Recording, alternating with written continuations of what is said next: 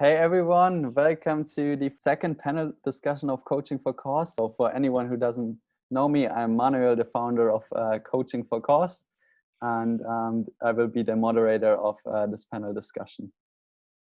So we will have the first 5 to 10 minutes welcome speech and intro of all of the panelists, and then a 30 to 40 minutes panel discussion, and then 10 to 15 minutes Q&A. So there you can ask any questions, and the speakers gonna answer them.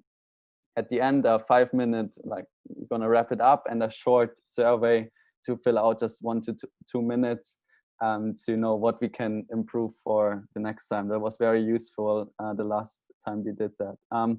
Some guidelines to keep in mind. So please keep yourself muted during the discussion so that we don't have any sound disturbance. And this panel discussion will be recorded. So if you don't want to be in the recording, please turn off your video. And you can drop your questions in the chat below. So we will, as mentioned before, we will have a Q&A session at the end to answer all your questions. It's really great to read where all you're watching from. It's amazing, all around the world, connecting on how we can solve the plastic waste crisis. So first of all, thank you for being here. You directly have a positive impact by joining. So we are collaborating with Mudfish No Plastic and Gilly Eco Trust to remove 3 kilograms of plastic from the ocean, so per sign up. And our goal is to remove 1,000 kilos by the end of the year. And I think together we can make that happen. So to start with, we have an exciting lineup on speakers. Let me introduce all of them real quick, and then we jump into the discussion. So we have Nila. She is a zero waste activist and has been living a zero waste lifestyle since January 2016, and she is currently in the Netherlands and part of the research and education at Zero Waste Indonesia. And she is also part of the Action for Climate Empowerment working group at the Youth Constitution within the UNFCCC. It's Nila. And then we have Kieran. He is an environmentalist with a passion for helping others to live more intentional, sustainable, and positive lives, because all our action matters. Great to have him part of this discussion. And then we have Citraka. She is a zero waste consultant, speaker, and blogger. And she's on her zero waste adventures since 2016 as well. And she is on the mission to spread the zero waste lifestyle with a great dose of positivity and inspiration, one less trash at a time. It's always good to do it, with positivity. That's all what's it about also today. And then we have our guest speaker, Sylvia, today. She's the founder of Zero Waste Bali, Bali's first bulk food store. And she started the social enterprise in 2018 and is leading the way to shop plastic and package free in Bali. Very excited to have you part of this discussion. So let's jump right in. So today's topic is, how do we solve the plastic waste crisis? And I think it's such a big topic where there's not one solution. And like every year, approximately 8 million tons of plastic pollution find their way into the ocean, and researchers estimate that there will be more plastic than fish in the ocean by 2050. So I wonder what we can do, and we know that change happens in the mind before we can actually see the results. So I want to ask you, Kieran, what do you think needs to happen for us, like collectively and individually, to be more aware of our actions and their consequences? Yeah, thanks, man. Good question. I think it starts off, as with everything, it starts off with awareness. It starts off with the individual, our personal efforts, everything that we do.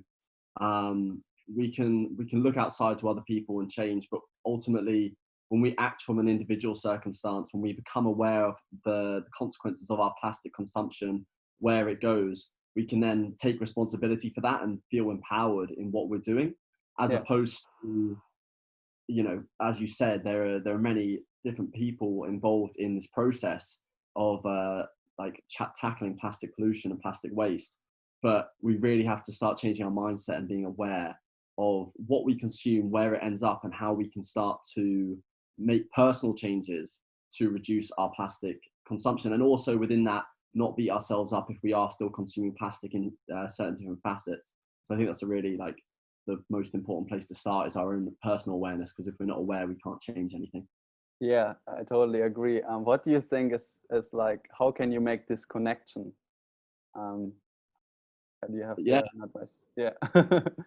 I did to make the connection, which I think quite a few people, I've seen quite a few people do, is they collect their plastic waste. So they go for like a week, a couple of days, a month, whatever it may be, and they just collect up either all their like waste, their recyclables, their non-recyclables, whatever it may be, collect it up, and then you start to actually have a visual, because we live in a society that is a throwaway culture for the most part, and it gets thrown away into a black bin. And when that happens, you have no clue where that goes. That just goes to a landfill site, stays there. We don't see landfill sites often. Obviously, in certain countries, depending on where you are, they're more easily accessible to see, or you'll see that the circumstances of that waste. But I think really being aware of what you consume, where the plastic comes from, and then being able to look for alternatives within that. So, for example, if there are bulk buy stores, you're able to just go to that, buy in bulk, buy loose, buy whatever, or go to markets, just start making individual changes based on what you understand about your own consumption, and then change it from there. Nice. Thank you for sharing, Kieran. What are your thoughts, Sylvia, on this? Like, how does the mindset part play a role in like solving the plastic waste crisis? Well, we definitely got to change our mindsets to be able to move forward. So making small, simple changes. I often tell people just to start with one small thing, and then once you're comfortable with that, then make another change. I mean, people get overwhelmed with where to begin. How do they begin a zero waste lifestyle, or where do they begin to reduce waste or the plastic consumption? So just starting with one small thing and moving on from there. Great. Thanks for sharing. Neela, you are also a big advocate that like our individual action matters. Like, what are your thoughts on this point? Yeah, I really think it's coming back to, like the basic. We need to, when we already know what is the type of waste that we created, and then sometimes it's becoming overwhelmed. Like, at least that's what happened to me the first time I started to live zero waste, that I thought, why am I using this many items or plastic or disposable item? So I think reflecting to that point on why we do this, and then see whether we can, like change it up, and whether we can make an alternative out of this. Because of course, as a personal changes, sometimes you need some things, like you need to take showers, you need to brush your teeth. So you need alternative to have in hand in comparison to the disposable one. And when you're reflecting, this is also the time when you distinguish between your need and your desire. So what is the thing that you need, and what is your desire? So focusing on the thing that you need is better than focusing on your desire on things, because you will never be able to fulfill this. You'll never be able to be happy if you keep focusing on your desire, but focus on your need. Yeah. And what actually do you value more? Is it like your desire and maybe hurting animals or having negative effects, or is it like being good to the environment? And Silva, you created Zero Waste Bali, which gives like people the opportunity to live like, let's say, almost plastic free. How do you think alternative products help people to live more sustainably, or how do you see that? By reusing. I mean, people need to start changing the way that they consume things, and instead of using items once, changing mindsets to a reusable and a refill culture rather than a throwaway culture. So, I mean, at Zero Waste Bali, yes, people can bring in their containers or bags or anything like that and fill up the products that they require. But there's also lots of eco products. So, for instance, talking about toothbrushes, making the switch from a plastic toothbrush to a bamboo one, and yeah, swapping out products into more eco-friendly. Yeah, nice. Thank you for sharing. And Sitraka, you started your journey like 4 years ago. What was like some difficulties that you had, and how you think you are now part of the solution? So when I started, one of my biggest challenges to find alternatives. Like the most important thing is to first look at your needs, as Mila said earlier, and start one step at a time. Like, what could you replace in your daily habits, and then find an alternative for that. But nowadays, thankfully, we have more and more alternatives available. So it's easier to switch from like single-use plastic to no packaging. So now we have lots of alternatives. But when I started, that was the most difficult thing.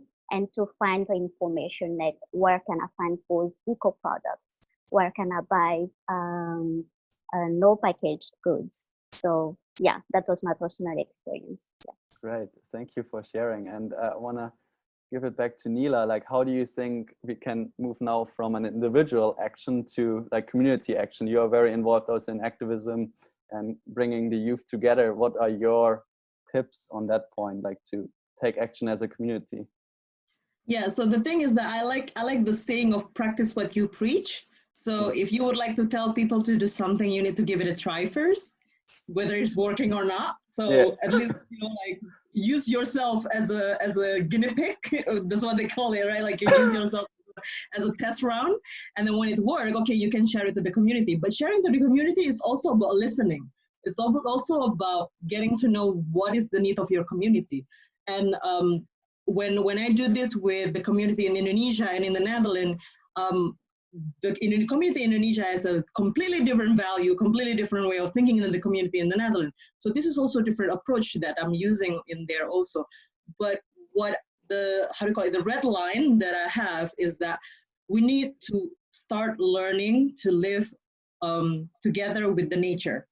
And single-use sachet packaging or single-use item is not coming from the nature. It's a synthetic that is being being created by human. So we shouldn't dispose it to the nature. We shouldn't say let nature take care of it, because they cannot. The nature cannot take care of it. We need to take care of it. So this sense of belonging, the sense of saying that, because it's ours, we need to take care of it. Then the communities start working together because they realize that, okay, for example, there's this one example that I was working in the indigenous community in the east part of Indonesia. I don't know if some people know Moluccans, So the indigenous community realized that everything, when they grew up, everything is being taken care of to the nature, because that's how the indigenous law is. But because of the packaging that came to the indigenous culture that is not coming from the indigenous culture, they're still having the disposable, behavior that think the nature can take care of it. The moment you tell them that this is our thing, that we need to take care of it, they start to collect these items. They start to return it to the producer.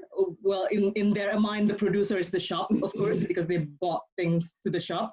And the shop starting to have question, okay, what should we do on this pile of packaging?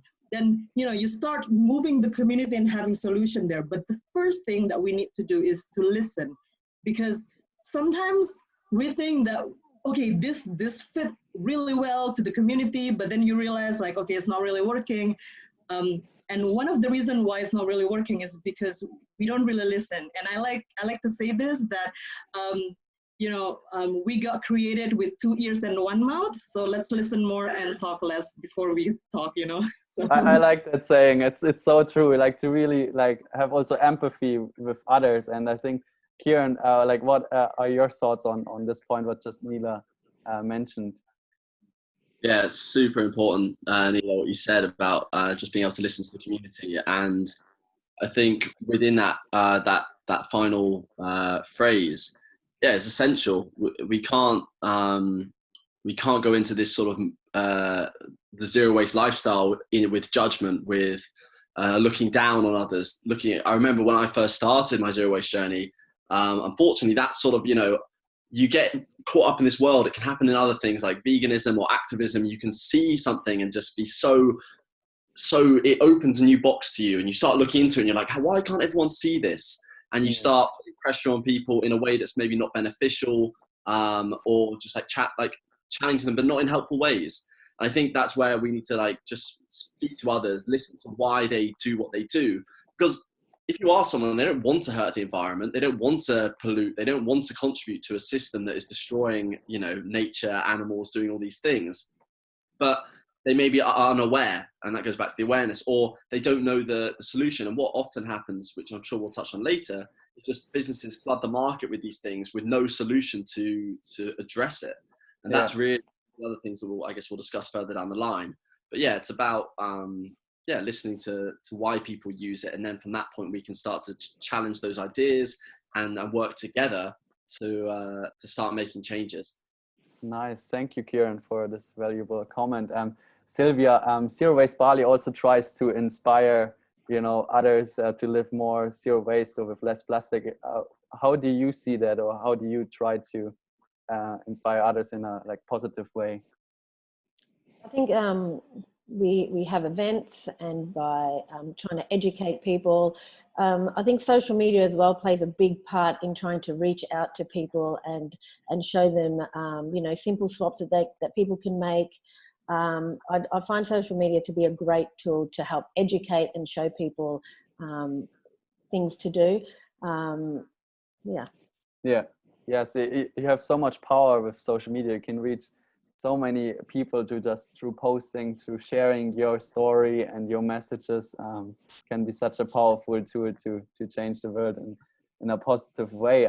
We've talked about this earlier, and I would like to dive into this a little bit more. Like, how can we make, let's say, like a low waste lifestyle accessible for all, also for the low income communities? And like Kieran mentioned before, the companies flooded the market with single-use plastic, and before they were practicing, you know, these zero-waste practices out of natural packaging. So maybe Sidraka, do you want to add on that, or yeah? Yes, sure. So that's totally true. Like before, I believe all communities all over the world didn't have access to plastic packaging, right? So we're going back to basics now, like going back to finding alternatives with no packaging. And it's up to the businesses also. Like I like talking about the new trinity, like the government, the businesses, and us consumers. Yeah. And for businesses, like they have research and development budget, for example, and they can and they should like find more sustainable alternatives for packaging, for example. So for consumers, it's not up to, of course, we recycle when possible, but for me, it's not the responsibility of the consumers to find out what they can do with the plastic packaging, the single-use plastic, the sachet, as Mila said earlier. That's why I started also working with businesses, because at first I started with individuals, and we need information. So that's why I speak and talk about zero waste lifestyle. But then I saw this opportunity for businesses to be involved, because they also need to change their way of operating and of offering products that are more sustainable, either in packaging or the product itself. So yes, we need more from the businesses, and also more from the government, because if you have regulations that obligated the businesses to be more sustainable, then they will have to do it. It doesn't have to come from the businesses themselves. And for example, we have the extended producer responsibility, and it started in Sweden, then in Germany, and then in 1970 in Canada, where the producers of beverage have to take care of the end fate of their beverage containers. So I believe you could do that with every product in our countries, like extend the responsibility to the producer. So basically how it works is the businesses have to find a way to take care of the end state of each and every product that they are selling. So they have to recover the products, like the packaging, to recycle them or to reuse them, and they have to report to the government that they are doing it.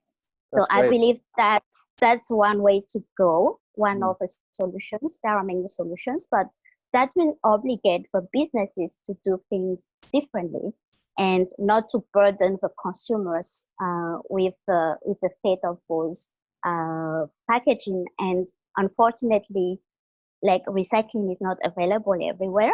So Yes, totally. businesses cannot continue to say, like, recycle your packaging after using this product. So that's not a viable solution anymore. And we know that there are now limits with recycling, with all the story with China not accepting plastic waste anymore. And now many countries are stuck with their waste. Yes, And exactly. like, we transfer the problem to other countries, which is not fair for those countries as well. So that, yeah, that's one of the points that I wanted to touch base today. Thank you, Sitraka. That was really powerful. And Neela, like, what do you think we can do, like, individually to force these companies or these the governments to amplify these regulations and to change? Yeah, so I think we are the power of how do you call it, community, in a sense of collective power of people. So of course I'm alone, I'm nobody, but then the moment me and Sitraka and everyone in here working together, and Sylvia, of course, I'm really, really happy the moment there's a Zero Waste Bali open, I'm like, you know, so I'm really, really happy. So like, this is our power. In the past, being vegetarian or vegan, they think of it as somebody that is poor, somebody that doesn't have nutrition, you know, like, so somebody that is not healthy. But now, because we have a power of community, we have a power of number of people, then businesses and government are actually changing. Government is changing their regulation on what is the healthy meal are in so many different countries. And then business is also providing so many different, vegetarian or veganism option. It's the same with sustainability and zero waste. It does sometimes take some years, but with all of us in here I hate this word, but I don't know what is the other word for it, like woke. So but with all of us realize this, that is, this is something that we need to do together now, because I mean, we've been seeing all of the effect of climate change right now, not only in the weather. I mean, in Indonesia right now it's pretty cold in comparison to the Netherlands. At the moment is heat wave, is very hot in here in the Netherlands.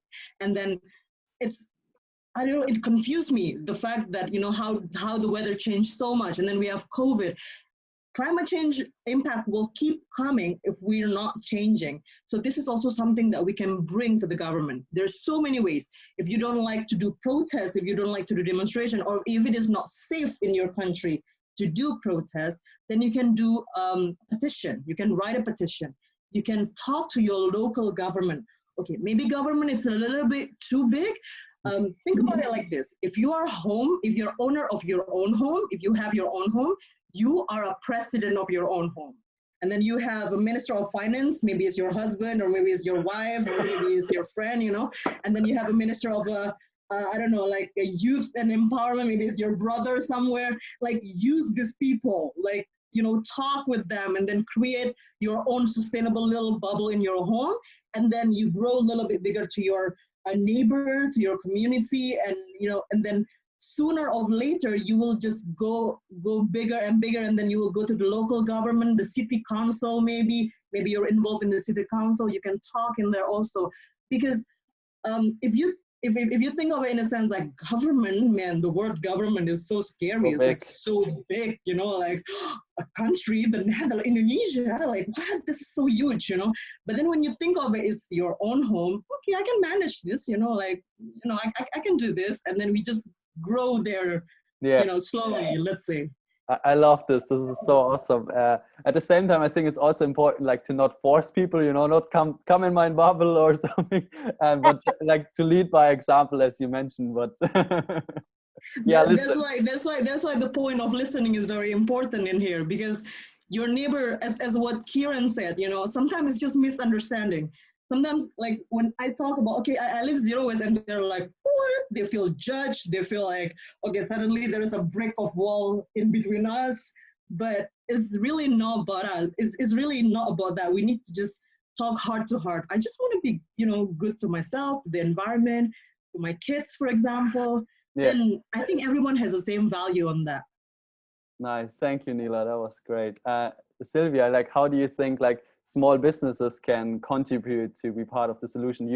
You're offering so many great ways where people can, solve their plastic or reduce their plastic waste. Like, how do you think you can inspire like other businesses? I think they've got to look at what they're producing, the amount of plastic that they're using, if they are, or what waste that they are. Do a trash audit, like was mentioned before. So actually looking at how much trash is being produced, and then figuring out what ways, what can be done to be able to reduce that. Make simple changes, simple swaps in the business. To be honest, that's how Zero Waste Bali came about. So I started making changes in another business where we made baby food. So previously that used to be in plastic packaging, and then I went to glass jars and went label free too. So looking at what simple things you can do to make the change, and then growing from there. And then from these small changes, bigger things can happen. Nice. I love that. And what is your like biggest challenge, like having this zero waste store? Or one of the biggest? I think one of the biggest challenges we had was dealing with suppliers and getting them to understand that we didn't want things in single-use packaging, getting them to deliver things in containers rather than plastic, getting them to refill containers, doing swap outs. I think suppliers have been the hardest, and we're getting there slowly. We've made lots of changes, but we still got a few more hurdles to go there as well.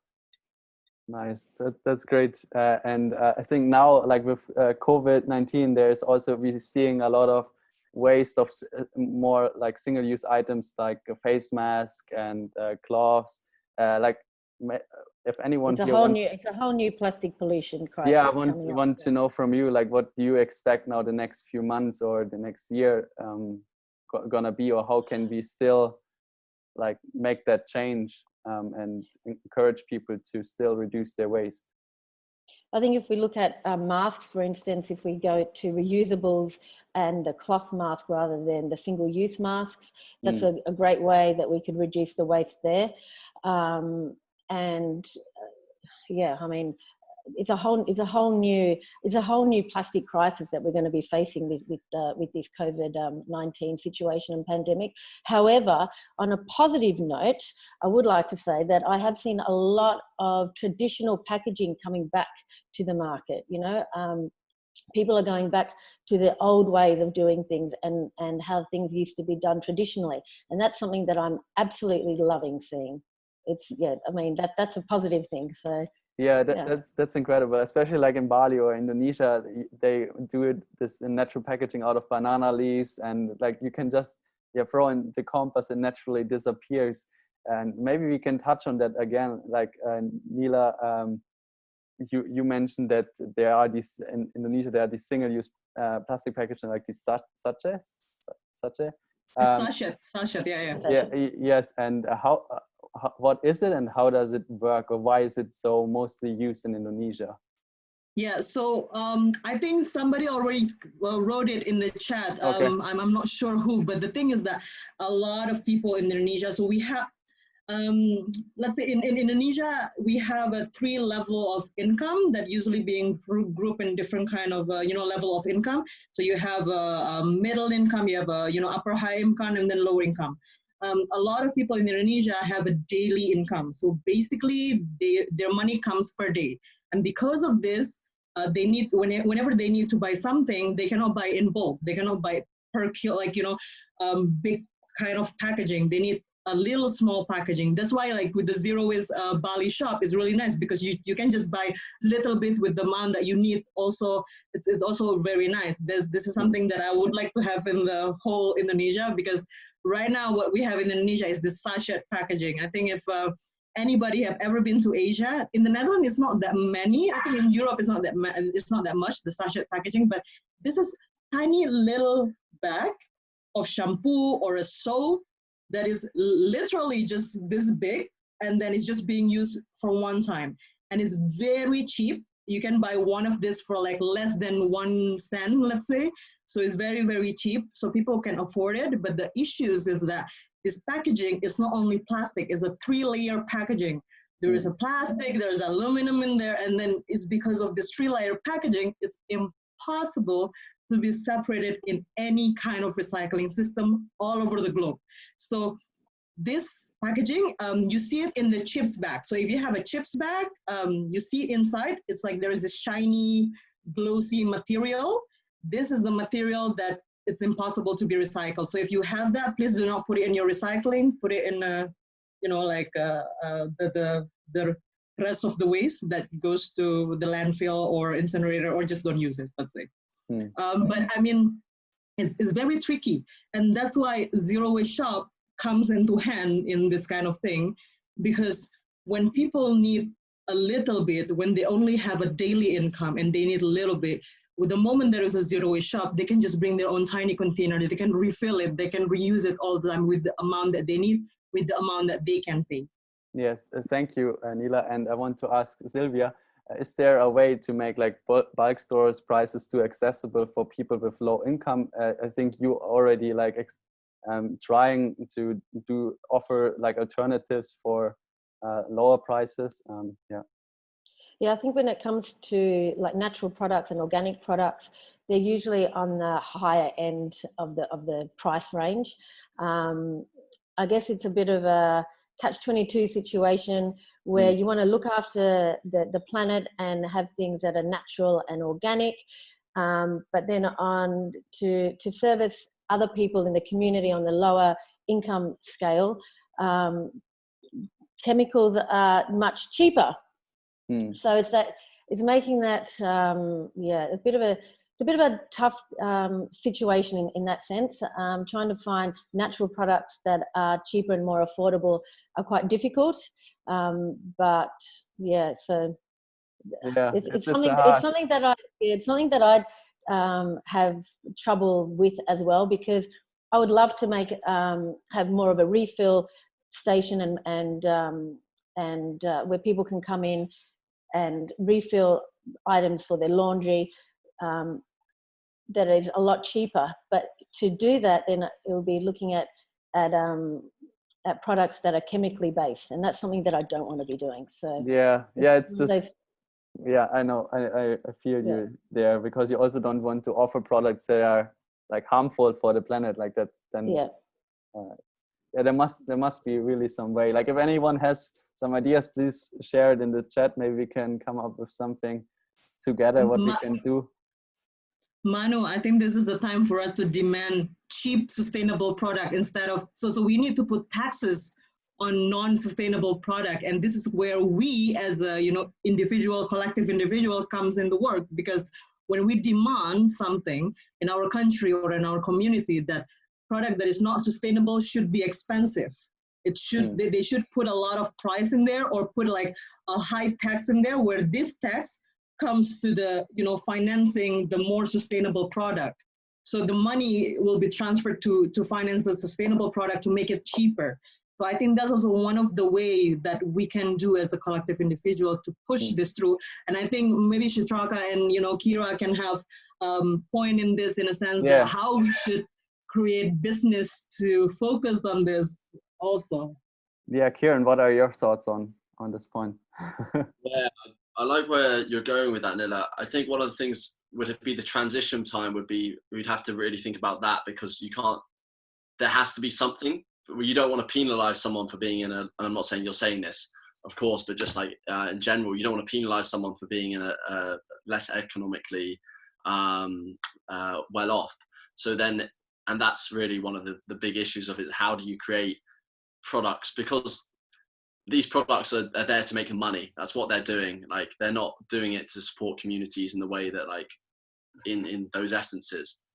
And similar, like you said, all of you said that they're not helping the planet. The products they're producing, the packaging they're coming in, are not beneficial. They're not good for our health in the way that you know, as some natural products can, that you know might find in zero waste barley would help you. So I think, yeah, it's a really difficult one. I think in terms of how we could go about it, I don't. It's so difficult. I think you're right in terms of using some sort of tax or being able to make these products cheaper. I think it is the more available they are, the cheaper they'll become. Obviously, making them and everything like that is expensive. So yeah, it's really unusual in the sense that in order to create, you know, or like when it comes to this stuff for living, when it comes to food, you know, if we want to be living our healthiest lives and being healthiest for the planet, it tends to be more expensive. And then if you look at like the Western world, they'll subsidize things like meat, dairy, fossil fuels. They'll subsidize the things that damage the planet. So I think that's where activism, running to MPs, all these sorts of things are really important places to play, or roles to play within this.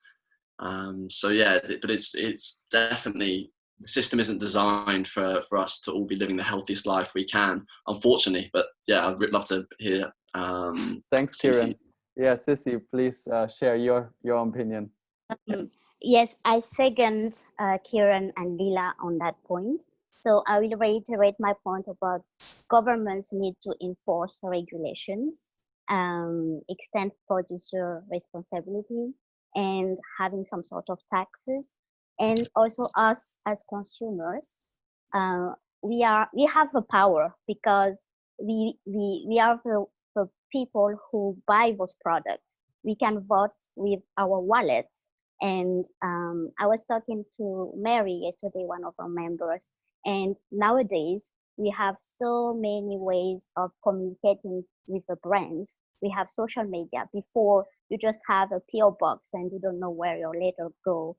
But now that we have Instagram, Twitter, Facebook, we can reach out to them and say, for example, if I live in a place where I don't have recycling, I can reach out to them and say, why we don't have recycling, we cannot recycle this type of packaging here.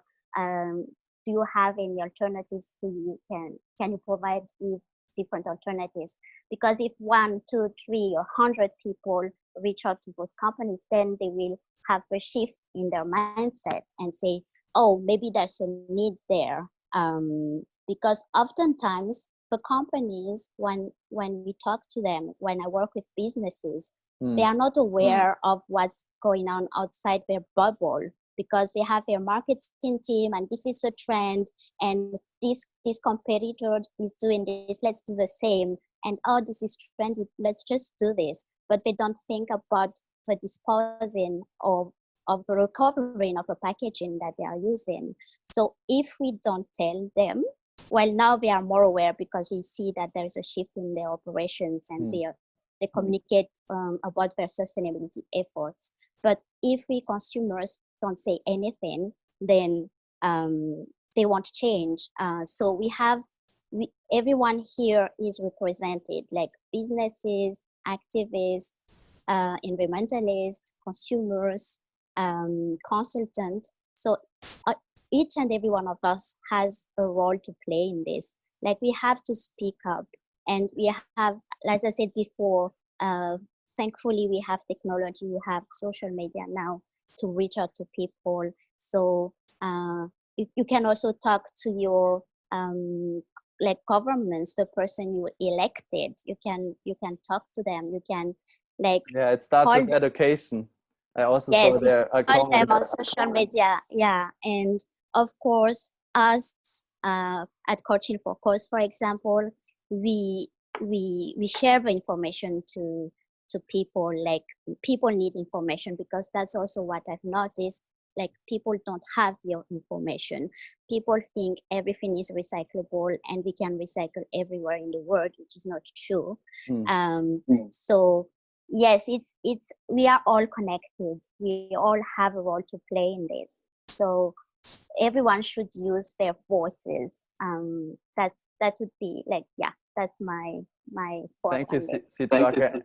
And Neela wants to say something. Yeah. Yeah, I completely agree on that. So I saw in the chat, like somebody said, we need to, well, I did say that we need to have taxes and regulation, but this all has to come together, because otherwise we'll get resistance from the people. Because if people are not being aware, well, there is a regulation saying like, you'll be banned on this, or there is, like, for example, right now in Jakarta, there is a ban on plastic bag.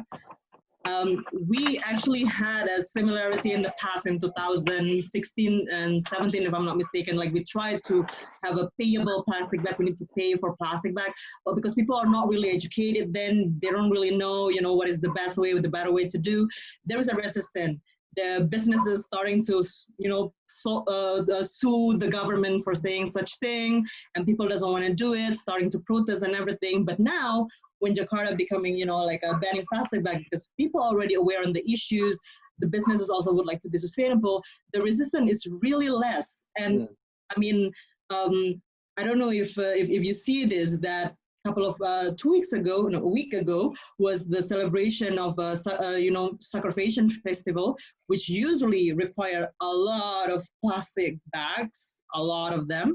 And this year, because of community movement, because everyone like realized that we need to do something, they changed it to the sustainable packaging. So this is also, as what Traka said, that it has to come, everyone has to come together. Yes, I agree. To the last point, I want to talk about like how can we find the balance of like living zero waste, but also not like judging ourselves and all of these things. Like, I love to hear from everyone, like how do we find the balance in solving the plastic waste crisis altogether, but not exhausting ourselves. Maybe Kieran, you would like to start with that? Yeah, sure, I'd be happy to. Yeah, it's something that I think, especially early on in the journey of when you're shifting towards zero waste, like I said, you open up to this whole new world and you become very critical, or you can become very critical of yourself and other people. And your small slip-ups that you make or forgetting things, like it just becomes frustrating, and that in itself like brings no benefit to you. I think the most beneficial thing is for us to just recognize that this is a zero waste or low waste living, or whatever you want to call it, is a journey of ups and downs, is a journey of learning and just discovering. I've had times where I went quite militant on zero waste, where I wouldn't consume any plastic, and it just wasn't like beneficial for me. Like mentally, it wasn't as like you need to live your life and try and just be the best version of yourself you can be. For example, then I started to switch when I was working towards veganism, and then and increasing in terms of like healthy living. Some things you will find will come in packaging, but will be part of the way that you want to ensure that you have the best health you can. So then it becomes about a balance. And I think what we said at the start of the conversation was this idea of how much is the plastic worth the thing inside of it, and where does that balance up on a scale. And if that thing inside is important and you can justify it, it's about being aware as well, being aware of that thing that you're consuming, and knowing, is there an alternative? If not, am I aware of what's happening here? Am I happy to make that decision? And does it align with? And if it does, then okay, I'm going to make that decision. It's in packaging, but it's fair trade. It's like, it doesn't use palm oil, whatever it may be. And that's why I think where we just, we can avoid the judgment of ourselves. We can make that choice and make it an intentional, a conscious choice. And then there's power in that. That's empowering, rather than just buying things for the sake of it and not really understanding the impact. Nice. I love that, Kieran. Thank you so much for that. And Sylvia, what would be your tip on like how to find the balance? I think it's progress over perfection. And, we are hard on ourselves. We also, as Kieran mentioned, we look at other people and point fingers, but, there is no zero in zero waste. There's always going to be waste. So people, when you talk about zero waste lifestyle, people do get overwhelmed. They do get stressed about it. They don't know where to begin. And it's just about starting small. And when you do start, it's like a rabbit going down a rabbit hole. You just want to keep doing more and more, but it's everyone's own personal journey. Your journey is different to mine. All of our journeys are different. and it's doing it at your own pace, and moving forward with it. Yeah, I love that. You don't need to be perfect to start. That's exactly what it is. Thank you, Sylvia. Neela, do you have a tip? I think people already said, but what I really like what it's saying, I use a lot of example of indigenous community because I come from an indigenous community in Indonesia. This is something that I realized that with the zero waste movement, I started like learning it from the West, but then I realized that my indigenous community already do this like for thousands of years, So I think learn to distinguish between what you need, learn to say enough, learn to say that this is good. I'm having like 10 pieces of clothes, this is enough. I don't need more, So like, I think learning to say that to yourself, I think is very important. And of course, reflect to what do you need, because everybody needs is different. So for example, you might need computer like other people might not, and also realize that we are not perfect. We cannot be perfect. Even when I've been doing this for the past 4 years continuously, I still get hiccups. I sometimes still, like accidentally bought something that I don't want to buy. And then suddenly I just bought it. It's like, why did I buy it? So be kind to yourself. Don't punish yourself too much. Don't be stressful, because all of us in here is slowly, we're doing it one by one. There is no rule book. There is no one solution on this. And every single time you stumble upon something, ask for help, because that's how we do this. That's how sustainability are. Everybody learn from each other. Everybody learn from other people, and learning from mistakes is also very important. Just don't repeat the same mistake again. And if you do, then you'll reflect again. So yeah. Yeah, fail and learn. I love that concept, and getting help from other people. Thank you, Neela. That's great. Sitraka, do you have inputs on that or an advice to give people? Yes, everything has been said. Progress over perfection.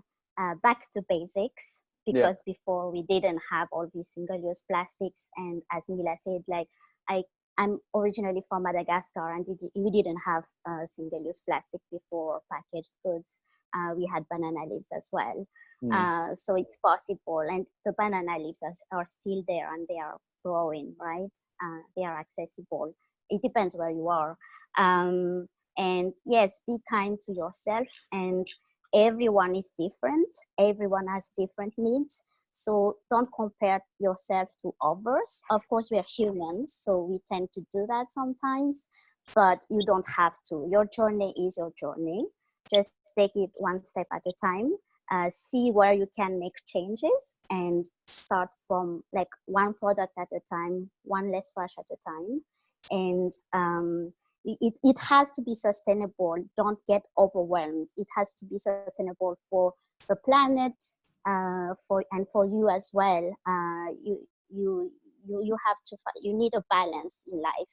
So if there is a product that you like, but it's packaged, or just find another alternative, like another sustainable packaging. Or if it doesn't exist, if it's a product that makes you happy, then you can have it, because you have one life. You have to live it as well. Also enjoy it.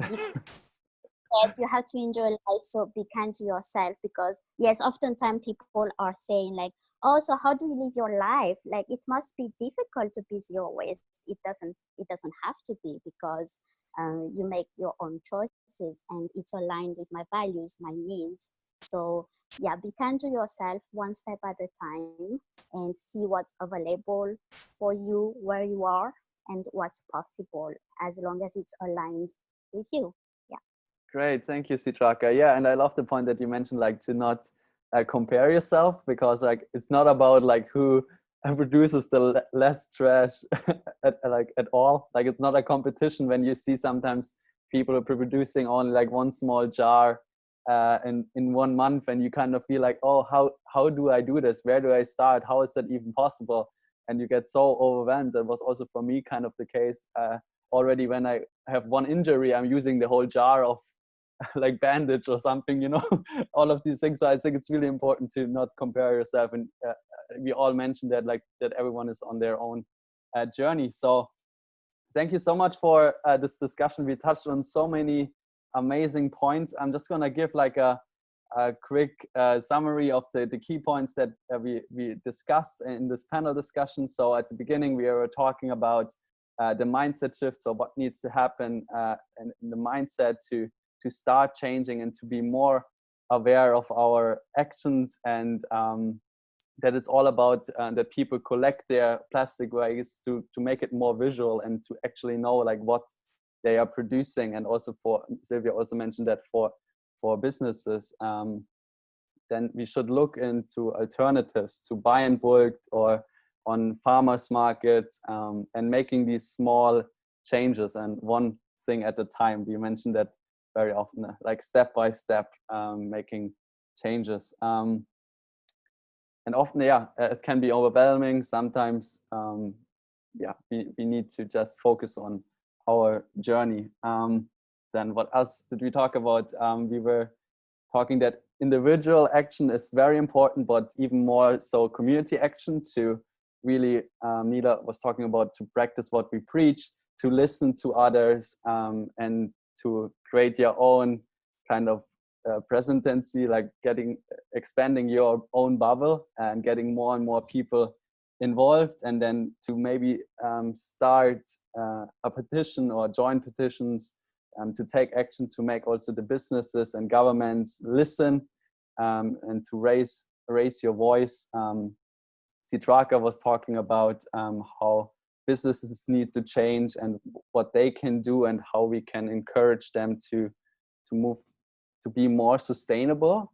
And I love also what Nila mentioned in the comment, that we don't need nature, like nature can take care of herself. So we need to realize that like nature doesn't need us, we need nature. So we should just take care of nature, that nature is good to us. Kieran was talking about like no judgment or looking down on others, very important, because it doesn't help anyone, or when we judge others, we won't inspire that person. Like it's the direct opposite of that. Then Sylvia was mentioning a great point, like social media is an amazing tool to help educate people. So if you have a platform on social media, even if it's just a few followers, it doesn't matter. It's all about inspiring one person. When you do a post, it's all about trying to share your message and what you have learned today, to really, like, I think with knowledge comes responsibility to share it with your friends, families, but in a very like nice way, or not force it on others. Then we were talking a little bit about the rural communities, how they have been practicing like zero waste naturally for thousands of years, and that companies flooded the market, and that sometimes we need to unlearn and learn from these communities. And we were mentioning how can we make zero waste accessible for all, which is still a challenge. And we were talking about Nila was mentioning the tax regulation, and business need to make changes and government to enforce that. But we also need the education part. And last but not least, to summarize everything up, like how to find the balance. That was just all of the people who mentioned their thoughts. And so now I open it up for the Q&A. So if you have a question, please comment it in the chat below, and we have around 10 to 15 minutes to answer your questions. Philippe asked, what are some of the best ways to convince and to raise awareness to people in Indonesia who are the lower income part of the spectrum, especially those who prioritize on survival, because many struggle to fulfill the needs of their family on a daily basis. They may not understand the importance of taking care of their waste because that's not high on their list of their priorities. They may not understand that their grandchildren will inherit the waste what they don't dispose of properly. Who would like to answer this? Nila, you're from Indonesia. Yeah. So I can answer that one too. I think we need to change our perspective. It's not about we are raising awareness to them, because actually people with lower income dispose really small amount of waste in comparison to people with the higher income. So we need to educate ourselves to not dispose too much of trash, let's say.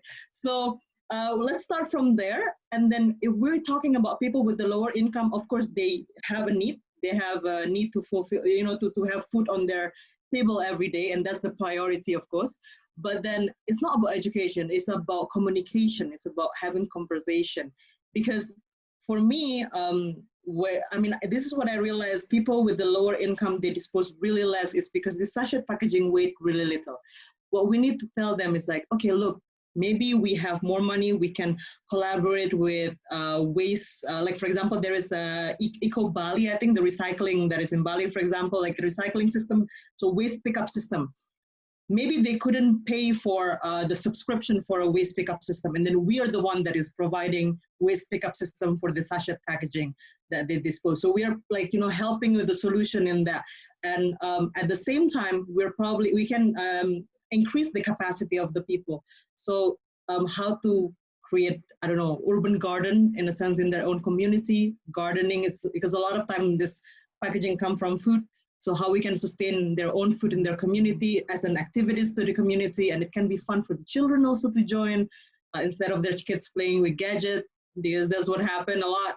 So there is a different way, so many different ways. And Philip, I'm open to suggestion and, how do you call it?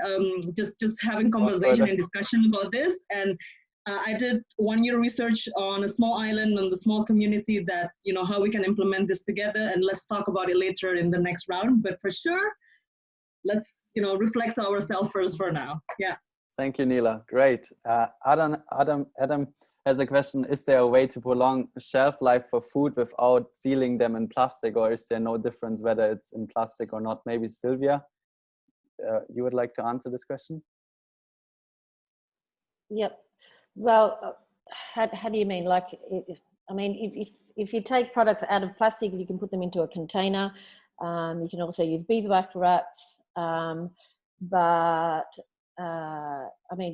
don't have anything in plastic. So can you prolong the shelf life of it? It needs to be in an airtight container. I think is that what he's asking? I think, I'm not sure. How to prolong it. Kieran, you want to add on that?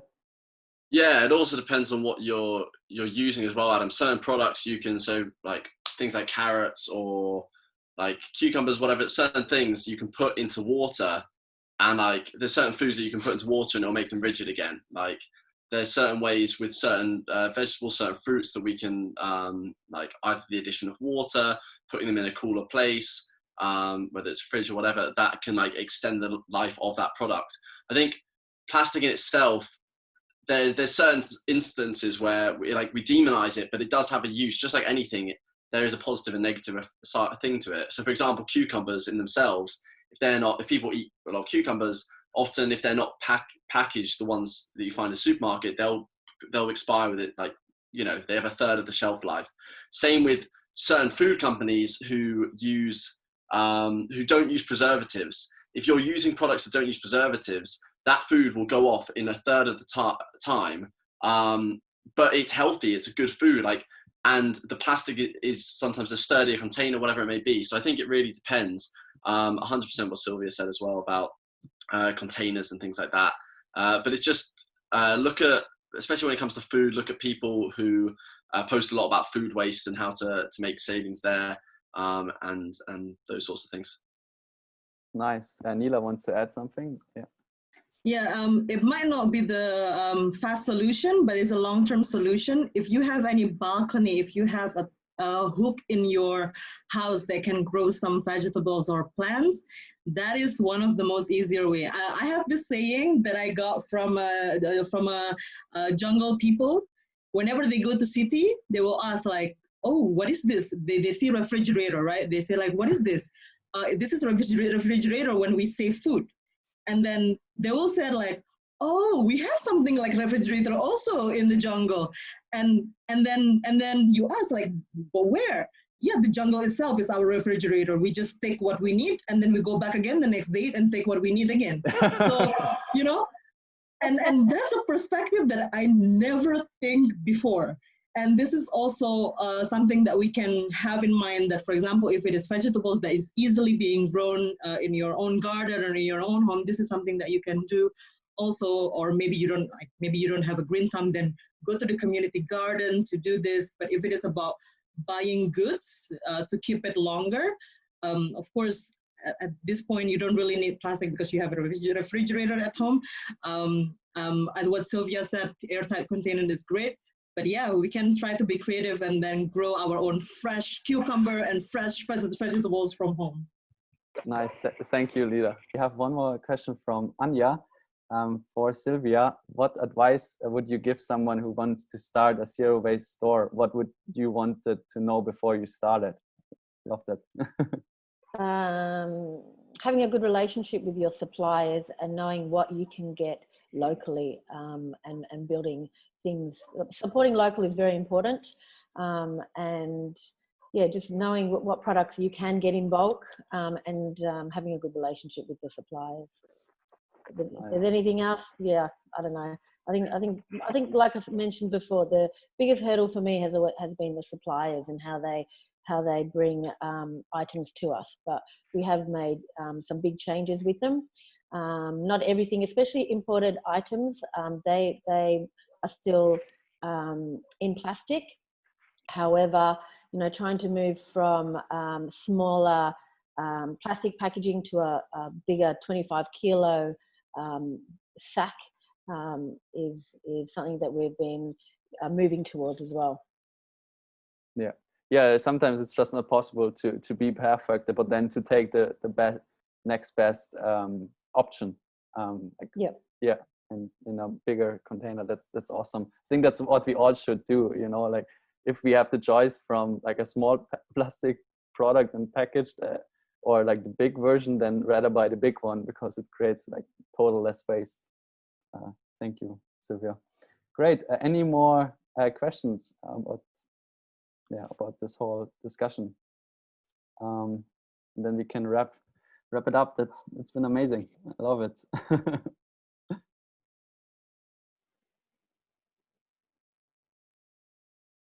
Best tips to reduce plastic, Adam. I hope you got some great tips from this discussion. I think we've talked a lot about like a lot of tips on how we can reduce waste. But if anyone wants to kind of add on that, like just some tips.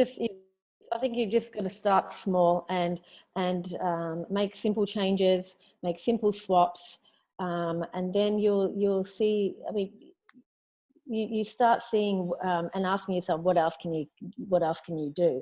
And it kind of comes naturally, you know. You kind of evolve into asking yourself, what else can I change? What else can I do? And it's a gradual process, but just starting small and not being too hard on yourself, like we discussed before, is definitely how you can reduce plastic. Nice, thank you, Sylvia. And Nila and Sidraka want to add on that. Yeah, so if I can add, is the first thing is start valuing plastic as what it is. Plastic is a material that is indestructible. So start valuing as a material that is indestructible. That's the first thing. And the second thing is do waste audit. Get to know your waste. It's something that a lot of people doesn't even realize how much they throw in and they're starting to reduce something. Maybe it's not even that much. Maybe you can focus on something else. So start to, you know, like get dirty, just take out your trash can and then group them into different type of trash. So that's something that, I can say. Nice, thank you, Nila. And Sidraka, your point? Yes, what I wanted to add is the waste audit that Nila just mentioned. So your trash is a great source of information, and until you measure your waste, you don't know where to cut it properly, if you could say that. So just be curious, take a look at your waste and see what you can have as alternatives. Either it is packaged in plastic or glass jars, and maybe you can have it with no packaging. So yes, look at your waste. It's a great source of information. Great. And Kieran, yeah, there you go. And then we wrap it up. I'd say organization and time management. So like just being organized. If you do have things to reduce your plastic, whether it's Tupperwares, metal straws, bottles, bags, whatever it is, make sure you've always got them with you. Make sure they're always there. and within that time management. So like, for example, if you know that you have to, like, you can get loose fruit from the farmer's market or whatever it may be, but that's a 15-minute, 30-minute walk away or cycle away, whatever it may be. Like, if that's important enough to you, creating that time, creating that space around in your weekend or whatever it may be to go get those things, or like you've already done, you know, creating a garden that will allow you to, you know, get the fruit and veg that you want. So just time management and an organization are fundamental, because without them, you can't really, like, living that lifestyle will become a bit more difficult. Great. Yeah, Alicia, for example, mentioned in the comment, like, it comes down to being prepared. Like, preparation is everything in zero waste. Great.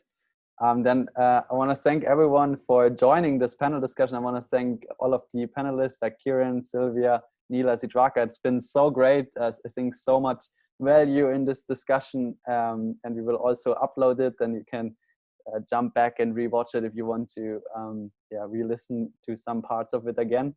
I want to mention that for those of you who are not currently part of the Eco membership, it's definitely something great to consider. We are having like weekly webinars on different sustainability topics and these monthly panel discussions, and also Kieran does weekly meditation sessions that you are able to take care of yourself and help even more people.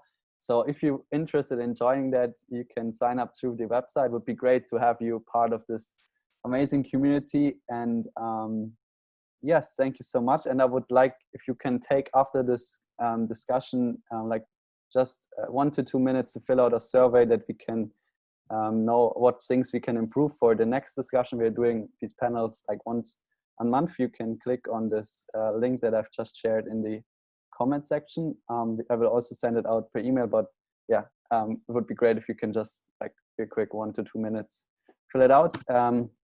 And yes, that's from my side. Let's take a group picture all together, and hopefully see you soon.